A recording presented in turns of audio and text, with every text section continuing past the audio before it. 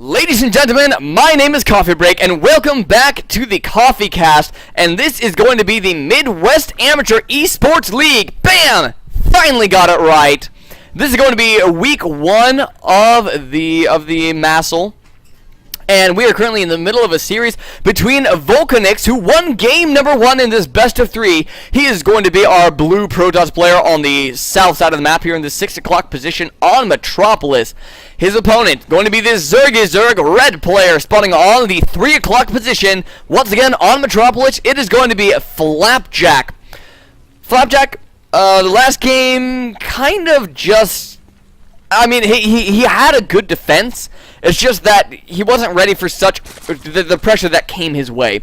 So what happened was Vulcanix went ahead and did a 4-gate zealot pressure. I mean, he did his normal expansion timing, then went up to the 4-gate robo thing, and then just started warping in zealots, and throwing them into the third, and Flapjack had actually just finished up a massive round of drones and didn't have anything left to defend with. Or pardon me, any larva left to defend with. So in the end, all he could do was make Zergling, and against, 12 Zealots with +1 weapons, he just didn't fare that well. Now, he did finally get roached out, but by the time he got roached out, there were Immortals on the field, Sentries started coming onto the field, he got some Mutilas out, but that got countered by Guardian Shield and Stalkers, and in the end, he just fell. But he put up a very, very good fight. And so I'm interested to see if he can bring back game number 2, and pull us to an ace match once again in the best of 3 series. All these games are going to be in the best of 3 format. And I think I have, after this series, I think I have 3 additional series to cast tonight. So we'll have to see once again how late I end up going here. Especially with that pizza out there. That's gonna, I mean, after I'm done with the series, that's gonna delay me at least 5 minutes to get a couple slices of pizza. Vulcanix just going to do same old. He managed to jump into that main base of Flapjack, see that it was a 14 pool, and decides, okay, let's go ahead and do Forge first. Much, much safer. Pardon me. That was actually Nexus first. I just misread that. So went ahead and actually dropped Nexus first. Forge first technically would have been safer, but dude, I really don't think Flapjack's looking to do all that much aggression. Especially, I mean, it's just not that viable, especially with a wall off that is this easy. Some maps require an additional building to finish the wall off. Not Metropolis though, not Metropolis. Only a pylon, forge, and a gateway, and you're done until someone can finally break down these debris, but that's not going to happen until quite a bit later into the game. Photon Cannon going down at the front. Oh, and actually an Overlord was either lost somewhere. Never mind, no, I think that was just the extractor trick that we just saw there. Yep, the extractor trick. I was getting all giddy and excited because I thought an Overlord died. And as a Protoss player, if you somehow manage to kill off the Overlord in the early game, you're just sitting there like, ah! I'm doing like a little happy dance thing. Not that it really does all that much to a Zerg player, but it can definitely, throw them off if they just kind of forget about it, forget to build another Overlord. But I suppose that's kind of a moot point right now. Going to be dropping the 7X core down right on this wall. That, my friends, is an Artosis pylon if I have ever seen one. Third base going to be going down about the same time as it did in the previous game. We'll see if, once again, if these destructible debris are broken down any earlier. Connecting the creep between the 2 bases is probably going to be the most pivotal point for Flapjack. There were way too many P's in that sentence. The cannon, actually, interestingly enough, is going to be the one breaking down this destructible debris here. Excuse me.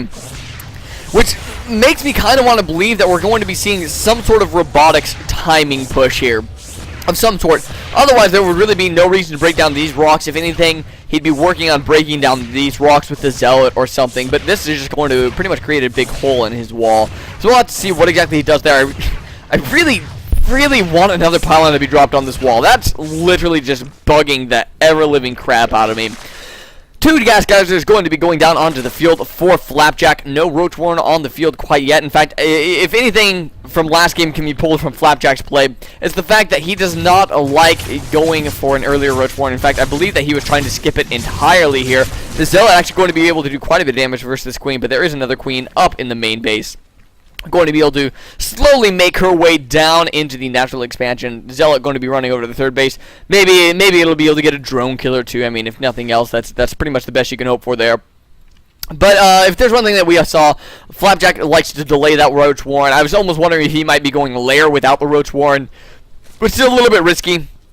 But he is not. He's going to be dropping that down. And it looks like actually a Twilight Council is going to be on the field somewhere around here. There it is. Twilight Council going to be on the field for Flapjack. Only 2 Vespian Geysers taken right now, though. Which again, pardon me, Vulcanix. Which again kind of confuses me. Otherwise, my main guess would have been Dark Templar of some sort. But now I'm almost wondering if we're going to be seeing some sort of blink play on the field for Vulcanix, as doing any sort of High Templar play just isn't really all that viable. And without the additional 2 gases, yep, there's blink. Without the additional 2 gases, there's really no way to properly go into Dark Templar.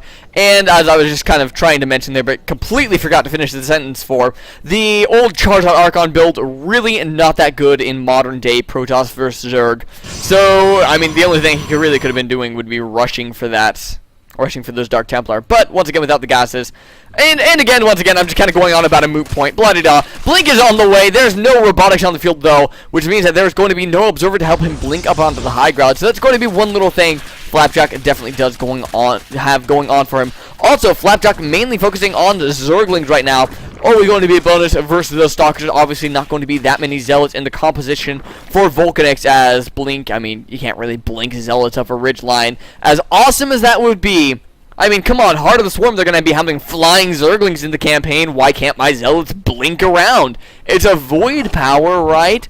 Metabolic Boost is going to be coming onto the field, and should be here in time to help counter any sort of blink play. Having fast links always going to help quite a bit. Zerglings, might be able to scout out this pylon, which would be kind of a nice little win for Flapjack there. Once again, the longer he can delay this blink play, the better off he's going to Upgrade complete. be. Flapjack? There we go. There we go. So the Zergling's going to be coming over here, trying to focus down this pylon. They're not. They're just not going to get it. Another pylon is going to be thrown down as well, just to be safe here. Stalkers are going to be morphed in at those pylons. Zergling's going to be running all over the place, really. What kind of defense do we have? Well, we have a Spine Crawler and a few Zerglings here. These Stalkers really probably not going to be able to do all that much damage, even with a good blink play, considering that there are only 4 gateways at most on the field right now. I have not been keeping track. I just really can't see this doing all that much damage for Vulcanix. But that being said, he's not in that bad of a position. He has the 4 gateways on the field. He has at least a little bit of attack. I once again would love to see robotics, and we just saw it getting placed there. So the robotics is going to be coming onto the way. As long as he can keep up harassment with these blink stalkers, he will be just fine, I feel. Oh man, almost getting that stalker out away, but not quite. I don't know. I'm not even sure what killed it over here. As long as he can keep up this harassment for a little bit, stop Flapjack from really being able to do massive drone rounds. I mean, we've only had 1 big wave of drones, it looks like. I think he will be alright if he can continue to force units to be produced rather than the drones. I think Vulcanix will kind of feel like this is paid off in the end. Needs to make sure to keep these Stalkers alive, though, because once again, everything that he's pouring into these Stalkers, obviously, is something that he's not pouring into some or other form of technology, form of economy here, and the Stalkers really haven't done all that much so far. In fact, we're seeing that he's been losing quite a bit here. In fact, this blink play really not paying off for him in the end, I feel. Going to be able to get a nice scout off of the base here, but where's he going to blink to after this? In fact, he's just going to end up losing these Stalkers because they wasted their blink there.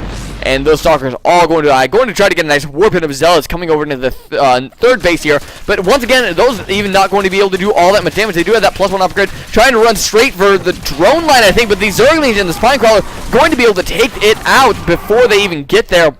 That did not go well for Vulcanix at all. And now we have Flapjack at a 106 to 47 supply advantage.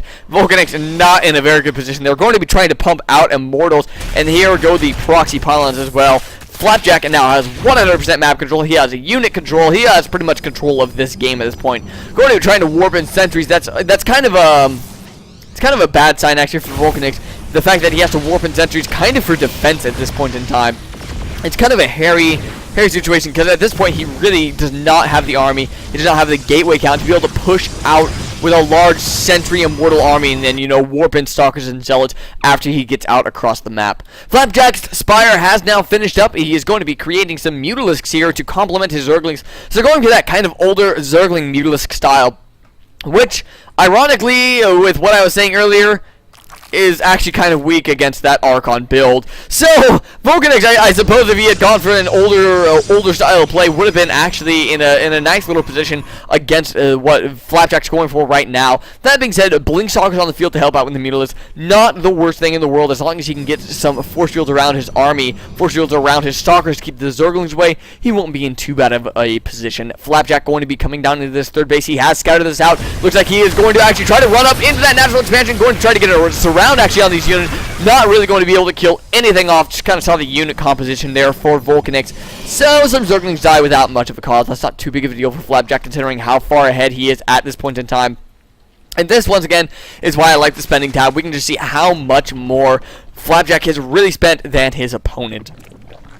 Excuse me.